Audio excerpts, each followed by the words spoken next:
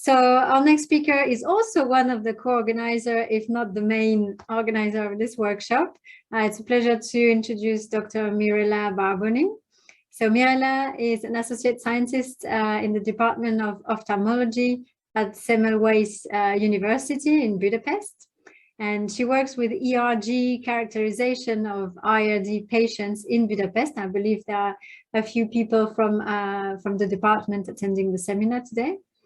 So Mirella is originally from Brazil, where she graduated and did her PhD at the University of Sao Paulo in collaboration with Professor Jan Kremers in Germany, who is also one of our speakers. So during her PhD, Mirella studied the visual system of Duchenne muscular dystrophy patients. And since then, she kept a strong interest in this topic. And she continued collaborating with Professor Kremers in Germany and also Professor Alvaro Ando in France. And today she's going to talk to us about the human and mouse visual phenotypes in Duchenne muscular dystrophy. Thank you, Mirella, and the screen is yours. Thank you very much for the introduction. So I start sharing the screen.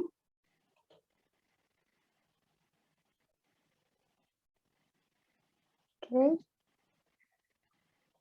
Do you see my screen?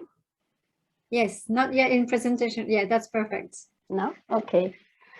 Thank you very much. I was introducing myself in the morning, but I am Mirella Barboni, and I work in the Department of Ophthalmology, as already said. And since 4 years ago, more or less, when I moved from Brazil to Hungary.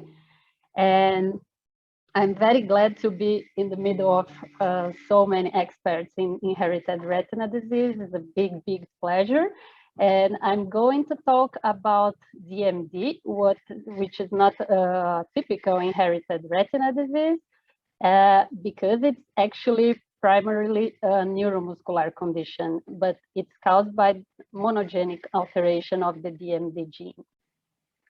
So most patients with DMD, they show deletion of one or several exons in sequence, and it causes a disruption of the mRNA reading frame. So usually only non-functional dystrophin proteins are translated, and it causes severe muscle impairment and other comorbidities. And that's why we are going to talk about the retina here. So the patients, they can show cognitive dysfunction, intellectual disability, and neuropsychiatric disorders, and at least 1/3 of the patients, but it depends on the genotype. But all the DMD genotypes, they are associated with more or less or more severe abnormal retinal function, and usually without or no morphological changes are found in the retina.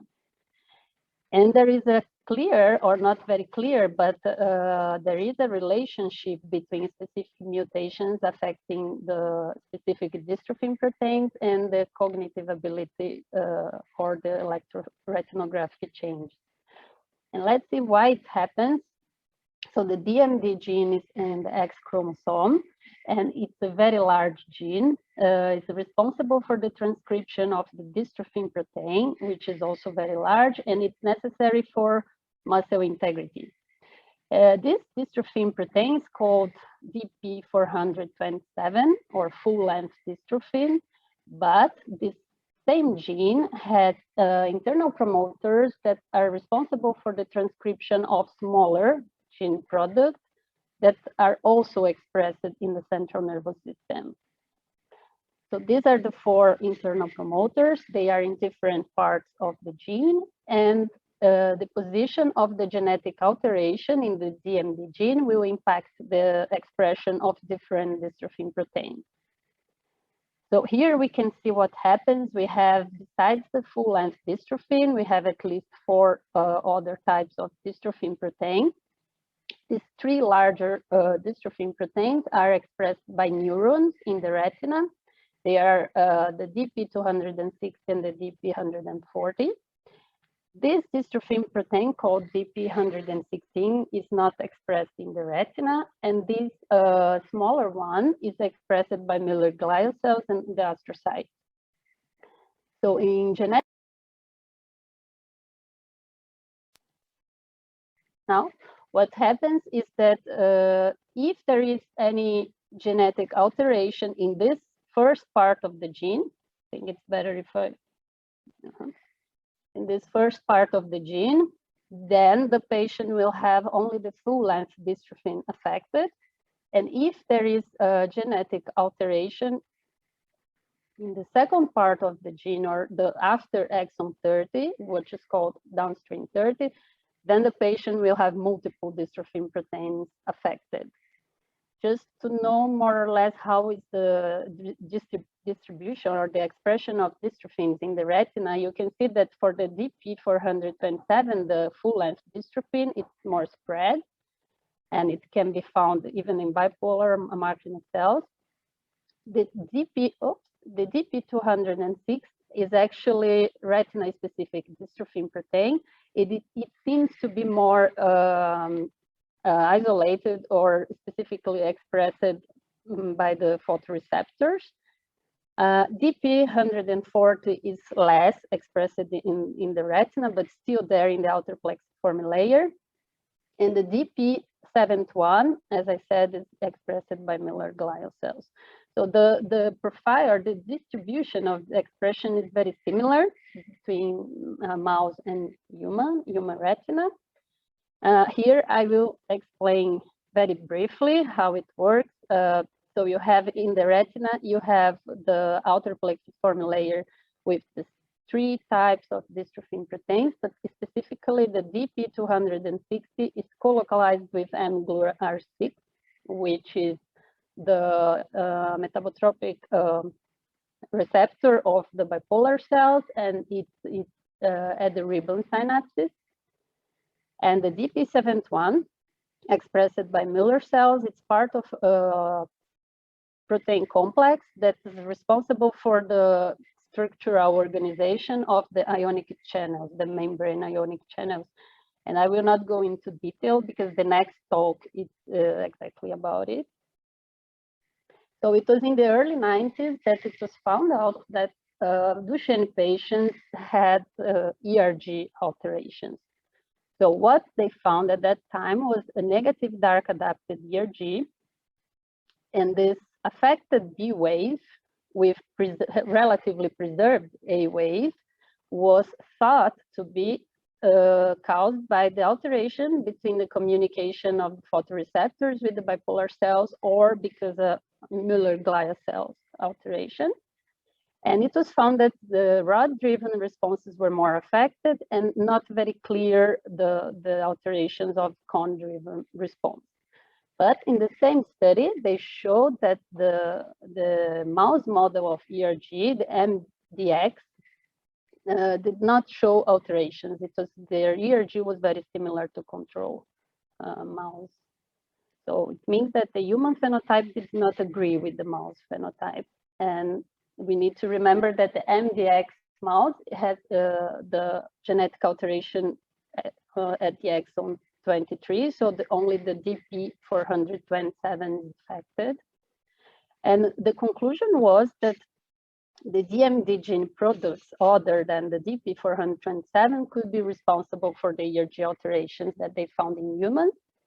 And there was evident dark adapted dysfunction, and cone dysfunction was not that evident.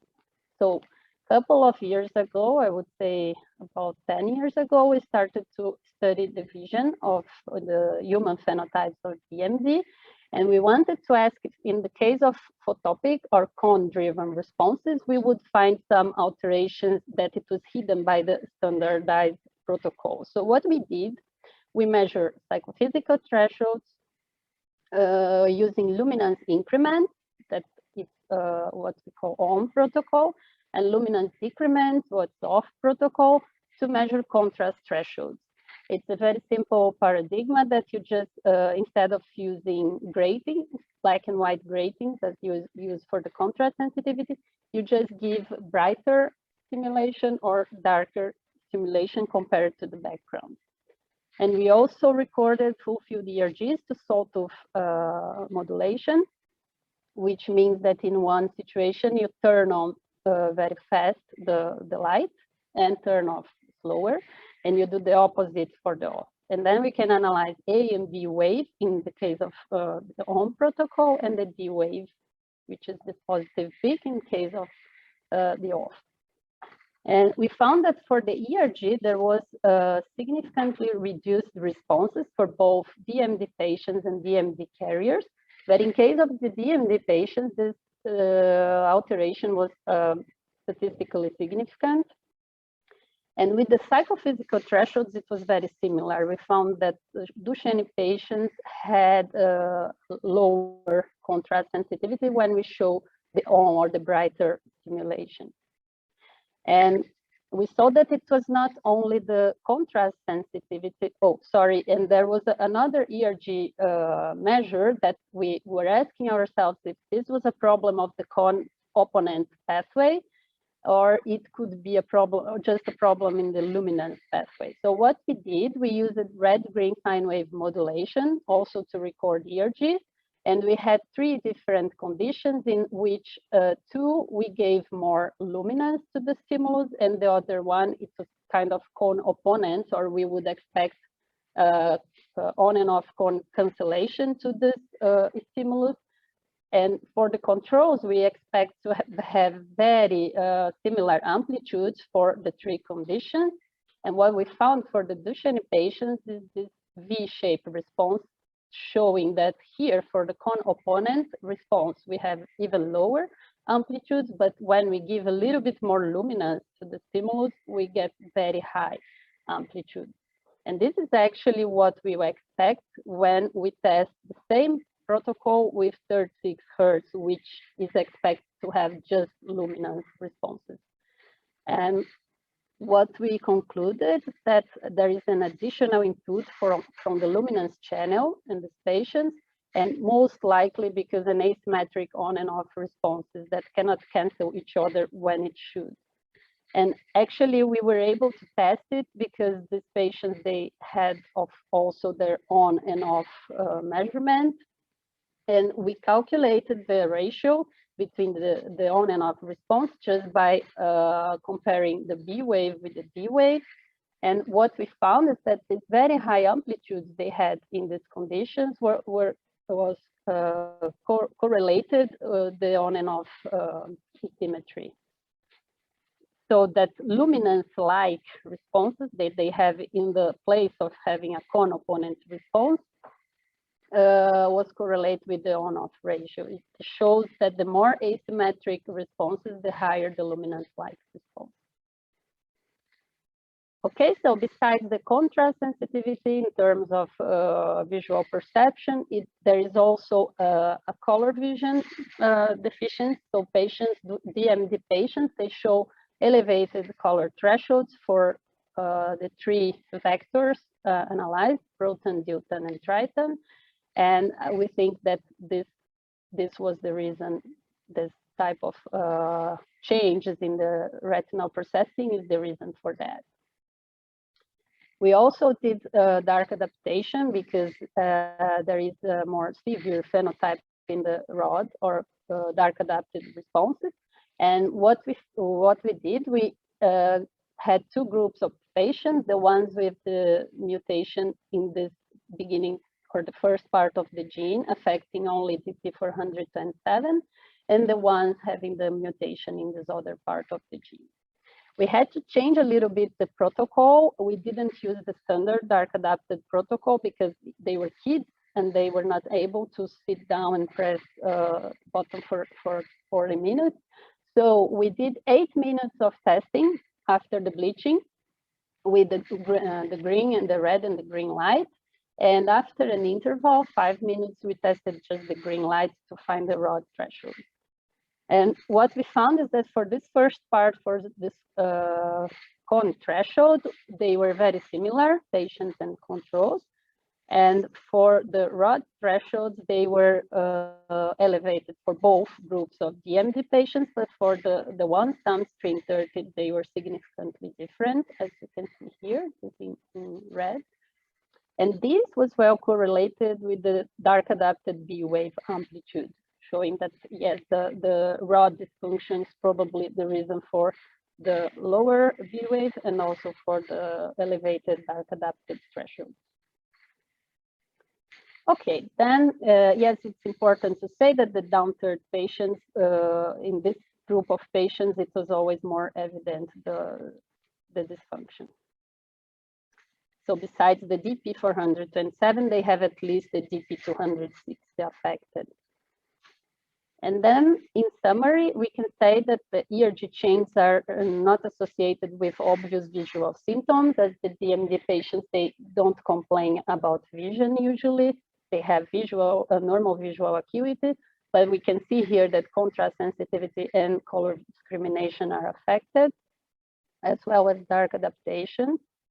And ERGs and psychophysics suggest this asymmetric on and off dysfunction, and this impairment actually correlates what has been shown, that the localization of the DP206 at the ribbon synapse is co-localized with amyloid R6. Okay, so going now to what we have done with mouse. There are several mouse models of DMD, and I'm going to show you the ones we already studied, the phenotypes. This was the first one a couple of years ago, the MDX3CV. This mouse model has a point mutation in intron 65. It causes all DPs to be affected, but not completely absent, but very, very much affected. The ERG phenotypes were reported to be similar to the human with reduced dark adapted B wave. Okay, and this is what we found. We tested the standard protocols with the flash protocols for different luminances. As Professor Kramer showed you in the morning, we can use different luminances, and when you go brighter, we have this A wave. For this mouse model, we found that there is a reduced B wave and delayed also, and also a delayed A wave. And in addition, affected dark adapted oscillatory potentials. For the light adapted or the photopic responses, we found reduced light adapted B wave. And this dysfunction is also asymmetric in this mouse model because the on or the B wave or the on response was more affected than the D wave or the off response. Here, the D wave was the on and off responses were obtained with the long flash duration, not exactly the same we used with the patient, but you can also see on and off response separately. And you can see more affected on response. And later we tested the MDX52. Professor Kramer showed a little bit in the morning what we found, but I will just explain to you what were the main finds. That they have a deletion of exon 52, and they have absence of dystrophin proteins, except the DP71, which is the smallest one. They were shown to have a mild ERG phenotype before, like many years ago. They tested the phenotype using only dark adapted flashes for different luminances, and they found only delayed dark adapted B wave. Later, we tested them, and we found both A and B wave reduced and delayed and affected oscillatory potentials. And we found that this mouse model has a more complex phenotype because we found indeed the lower reduced B wave, light adapted B wave, but they had both on and off responses affected. So if we compare, we could also measure the optomotor reflex, and we could see that these ERG changes are affecting also visual behavior. For 100% contrast, the mouse behaves pretty much like the controls, but if we decrease the contrast to 50%, the sensitivity or the contrast sensitivity is reduced. The advantage of MDX52 in comparison with the other model that it was always thought to be the most important retina model for DMD, that MDX52 represents the most prevalent genetic condition in DMD patients. They have about 50% of the patients the mutations are between exon 43 and 55, and the expression of DPs is completely disrupted. And also, it has been used to investigate the therapeutic potential of genetic treatments targeting several organs, including the brain. It has been already published. Okay, so it would be nice to test each dystrophin, what is the role and how it can be treated. And of course, you have the MDX mouse model with the specific absence of DP427, but we also have the DP71 mice with the targeting disruption of the DP71. That I will not be talking about it because you will see that we could successfully treat this mouse, and you will see in the next talk by Dr. Vian. So in summary, ERG is really a sensitive functional biomarker of dystrophin-related alterations in the retina and possibly a signature of brain alterations. DMD patients show evident retina dysfunction and measurable visual deficiencies. More severe depend on dystrophin proteins affected. Mouse models of DMD, they should be considered for phenotyping to elucidate the roles of dystrophin protein and the therapeutic investigation. In the future, we hope to elucidate the specific contributions of each type of dystrophin protein and how they affect the ERG and the vision, and the potential use of this type of phenotype to evaluate RNA-based therapy. Okay, I will quickly thank the team, the group of Professor Dora Ventura from University of São Paulo in Brazil, from Professor Jan Kremers from Erlangen that you met this morning. They were both my supervisors, and the whole group from France, from Paris-Saclay, Versailles, Institut de la Vision, and Strasbourg. Thank you very much, and of course, the financial agencies from Brazil and the Europeans one. And if you have any questions, don't hesitate to ask me. Thank you so much. Thank you very much, Mirella. So there are actually a few questions in the chat. So okay. We have a couple of minutes. So I'll read them to you. There's a question from Christina. Did you test the ISER protocol to measure on and off? Oops, now I moved. Measure on and off responses in patients, color vision problems. This means the protein is present in cones. So I just didn't hear the beginning of the question. So did you test the ISER protocol? What? Sorry, I don't know what is the ISER protocol. ISEV, sorry. ISEV. Complain about night blindness. ISEV protocol. Yes, I guess it's the ISEV protocol. Yes, we tested. Actually, this was what we could correlate with the dark adaptation. And so we don't find problems in the cone response if we test the standard ISEV protocol. We just find reduced B wave if we test the on-off protocol. So what I think is that when we test the ISEV protocol, we obtain a mixture or together the response from on and off bipolar cells, and maybe there should be some type of compensation.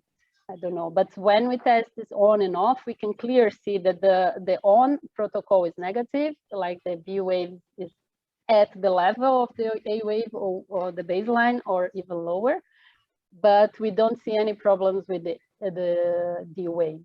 D wave is perfect in the patient, so it should be an on-driven problem. And I guess in the same line, do patients complain about night blindness? No, I saw there is a publication from the 90s that one researcher, one clinician wrote that there were some patients complaining, but all the patients we asked, they didn't really complain about night blindness. Well, of course, I think because this disease seems not to be progressive, I guess they are born in the same situation as they are now, and I don't know if they realize that they would have, and I don't know if it's really a dark adaptation in terms of time, the problem, or just the rod thresholds are elevated anytime that you measure. I think this could be the possibility why they don't feel that. Yes, and they also have agreed other more severe problems, and I guess the vision is not one of the worst. So I suggest, in the interest of time, and also because our next speaker will also talk about dystrophin, that we may eventually keep some question also for Mirella that both Mirella and Cyril can answer at the end of Cyril's talk. So thank you again, Mirella, for your great presentation.